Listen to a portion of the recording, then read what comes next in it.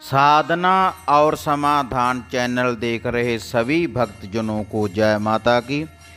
आज मैं भक्तजनों आपके लिए एक मुहम्मदिन साधना पीर बाबा हजरत अली इलाही बख्श जी की साधना लेकर हाजिर हुआ हूँ।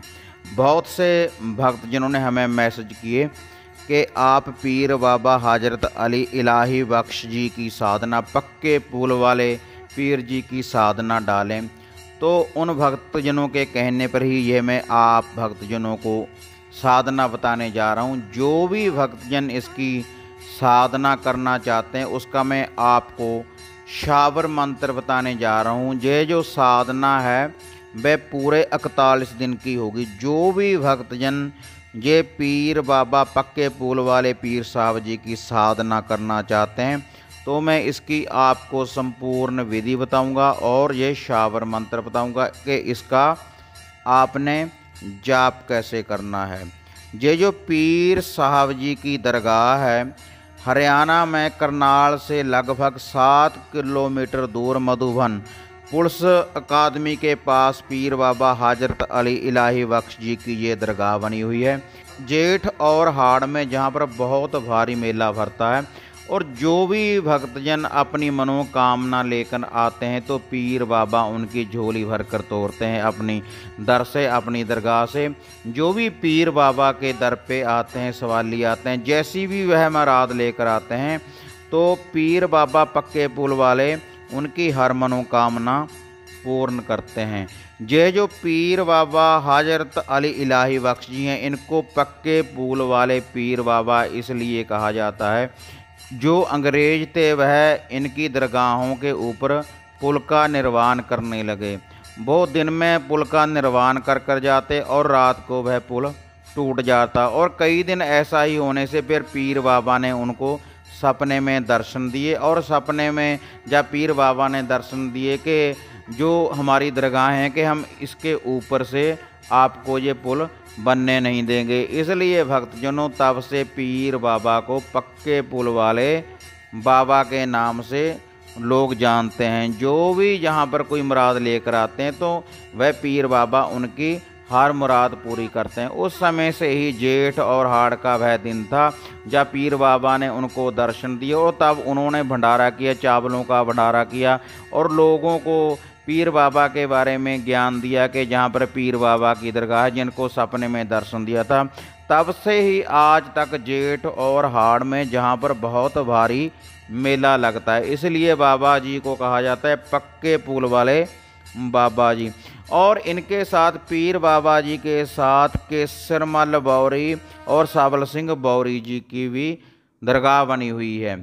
इनके नाम की भी जहाँ पर जगह बनी हुई है और जहाँ पर भी लोग नतमस्तक होते हैं और जो भी उनका भोग प्रसाद होता है वो भी भक्तजन चढ़ाते हैं। जो पीर बाबा हैं इनके साथ ही चलते हैं। साबल सिंह बौरी और केसरमल बौरी भी इनके साथ चलते हैं और इनके साथ साथ जहाँ पर और भी दरगाहें बनी हुई हैं। मोहम्मद अली जी की, संत बहादुर की, खान दुराने की काफ़ी दरगाहें बनी हुई हैं जहाँ पर, और लोग भक्तजन जहाँ पर भी अपने जो मन की मुरादें हैं पूरी करते हैं। इसके साथ साथ शिव मंदिर बनवा हुआ है, नागे बाबा जी की समाधि बनी हुई है। जब वह पीर बाबा जी की दरगाह के ऊपर माथा टेकते हैं, सलाम करते हैं तो इन दरगाहों के ऊपर भी इनकी जो समाधि बनी हुई है इनके ऊपर भी वो अपने मन की मनोकामनाएं पूर्ण करते हैं। और पीर बाबा जी को सलाम करने के बाद बाहर बरगद का पेड़ है जहाँ पर लोग मौलियाँ बांधते हैं, लाल धागे बांधते हैं, वह अपने मन की मनोकामनाएं पूर्ण करते हैं। और इस पीर बाबा हजरत अली इलाही बख्श जी की दरगाह के ऊपर चारों खूंटों से लोग आते हैं, हर मजहब के लोग आते हैं, हिंदू, मुसलमान, सिख, ईसाई सभी धर्म के लोग पीर बाबा को मानते हैं और सभी की ये पीर बाबा मनोकामनाएं पूर्ण करते हैं। माता रानी के भक्तजनों, पीर बाबा हजरत अली इलाही बख्श पक्के पुल वाले की जो भी साधना करना चाहते हैं भक्तजन उनको 41 दिन ब्रह्मचर्य का पालन करना पड़ेगा और धरती के ऊपर आसन लगाकर रहना पड़ेगा और किसी भी तामसी भोग प्रसाद का आपने सेवन नहीं करना और कोई भी आपने ऐसा पदार्थ नहीं खाना जिससे कि आपके मुख से स्मेल आए। और आपने अपने शरीर के ऊपर भी इत्र छिड़क कर रखें जितनी देर आपने जाप करना है। और जहाँ पर पीर साहब का आप जाप करेंगे आसन के ऊपर इर्द गिर्द, वहाँ पर भी आप इत्र का छिड़काव करते रहें जितने दिन भी आपने भक्तजनों जाप करना है। और जो आपने जाप करना है, एक एकांत कमरा होना चाहिए, उस कमरे में कोई और नहीं आना चाहिए। और पीर साहब का आपने 41 दिन अखंड चिराग जलाकर रखना है सरसों के तेल से।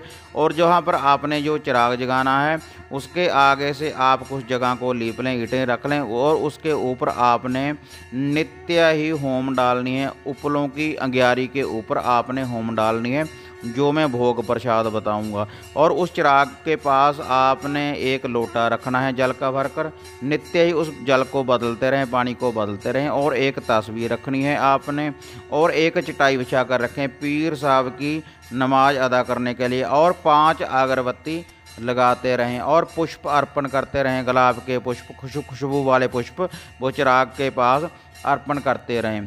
और जो पीर साहब का भोग प्रसाद है वह मैं आपको बता रहा हूँ। और जो आपने वस्त्र पहने, सफ़ेद वस्त्र आप पहन सकते हैं, नीले वस्त्र पहन सकते हैं, हरे वस्त्र पहन सकते हैं, लेकिन कपड़ों में कोई भी सिलाई नहीं होनी चाहिए। आप 5.25 मीटर कपड़े की गलथी मार सकते हैं। जब भी किसी ने कोई साधना करनी हो, संपूर्ण साधना करनी हो, किसी को बंधन में लेना हो, तो उसके शरीर पे कोई बंधन नहीं होना चाहिए, कोई भी सिलाई वाला वस्त्र नहीं होना चाहिए। जिस भी भक्तजन ने पीर बाबा हजरत अली इलाही बख्श जी की साधना करनी है। हाँ माता रानी के भक्तजनों, अब मैं आपको पीर साहब का भोग प्रसाद बताने जा रहा हूँ। आपने पीर साहब की लौंग इलायचियाँ डालकर बढ़िया सी न्याज बनानी है। और न्याज के ऊपर आपने 5 पतासे रखने हैं, और 5 लौंग रखने हैं, 5 इलायची रखनी है, और 2 मीठे पान रखने हैं। बस यही भोग प्रसाद है पीर साहब का। और इसकी आपने होतियाँ डालनी है, होम पानी है पीर साहब को। खात्म दरूद, अगर आप मोहम्मदीन है तो खात्म दरूद पढ़ सकते हैं, या फिर आप अरदास कर सकते हैं कि पीर साहब हमने आपका भोग लगाया है, आप ये भोग मंजूर करें। और इस भोग के साथ साथ भक्तजनों आपने एक सरसों की तेल का हलवा बनाना है, देग, सरसों की तेल की थोड़ी सी देग बनानी है। उसके ऊपर आपने 2 लड्डू रखने हैं, और 7 पतासे रखने हैं, और 2 लौंग रखने हैं। क्योंकि ये पीर साहब हैं, जो इनके साथ जो भी हिंदू देवता हैं वो भी इसके साथ में चलते हैं। माता मदानन का, भैरवनाथ का नाम लेने के बाद इसकी भी होतियाँ डालें। और अपने सर के ऊपर से ये कढ़ाई अपने सर के ऊपर से 7 बार बार, जो मैं आपको जाप बताऊंगा, पीर साहब का जो शावर मंत्र बताऊंगा, उसका 11 माला या 21 माला का जाप करने के बाद अपने सर के ऊपर से 7 बार वारने के बाद आप ये दरवेश को डालते रहें। और जो पीर साहब की मैंने न्याज बताई है आपको, जो भोग प्रसाद बताया है आपने, थोड़ा थोड़ा सा भोग प्रसाद आपने बनाना है, वह भी अपने ऊपर से, सर के ऊपर से 7 बार वारने के बाद आप नदी के किनारे के ऊपर रख सकते हो। नीचे आपने बड़ के पत्ते बिछा लेने हैं, बोड़ के पत्ते बिछा लेने हैं, उसके ऊपर वो न्याज डाल देनी है। नदी के किनारे, किसी कुएं के किनारे रख सकते हो। जितने दिन भी आपने भक्तजनों ये साधना करनी है, नित्य कर्म अनुसार 41 दिन ये भोग प्रसाद आपको लगाना पड़ेगा। और जब आपने पहले दिन ये साधना आरंभ करनी है तो पीर साहब के नाम की आपने एक चादर उठाकर रख देनी है कि पीर साहब जब आपकी मेरे को साधना की प्राप्ति हो गई तो मैं आपके दर के ऊपर आऊँगा। तब आपने हजरत पीर बाबा अली बख्श जी की दरगाह के ऊपर जाना को पीर साहब जी को ये चादर चढ़ाएं, और इनका जो भोग प्रसाद है, न्याज है, लड्डू, पतासे, अगरबत्ती, सरसों के तेल का दिया, वहाँ पर पीर साहब को अर्पण करें।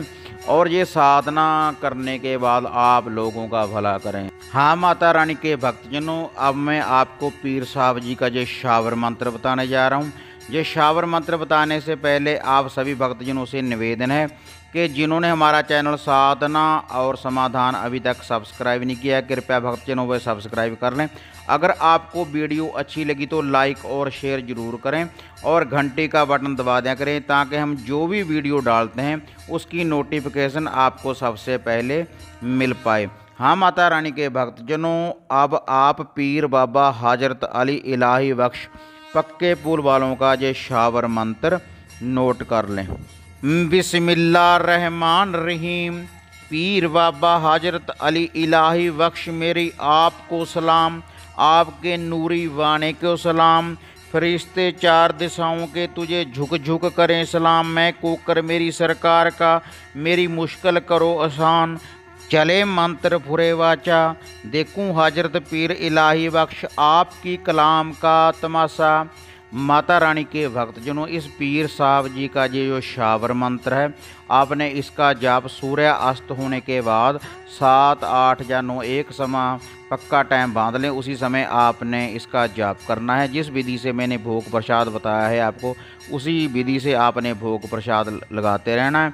और इस शावर मंत्र का जाप आप नित्य 11 माला का जाप करते रहें।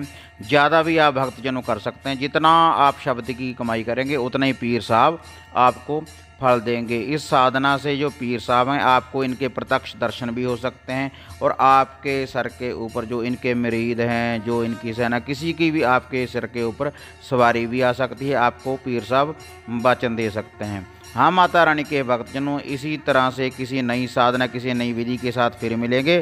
तब तक जय माता काली, जय बाबा भैरवनाथ।